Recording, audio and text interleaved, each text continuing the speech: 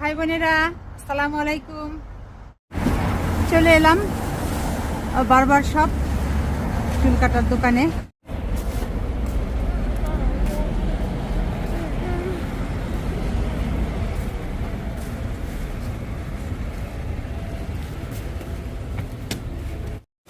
Araf ready চুল কাটার জন্য। এই যে আরাফের চুল কাটা শুরু হয়ে গেছে।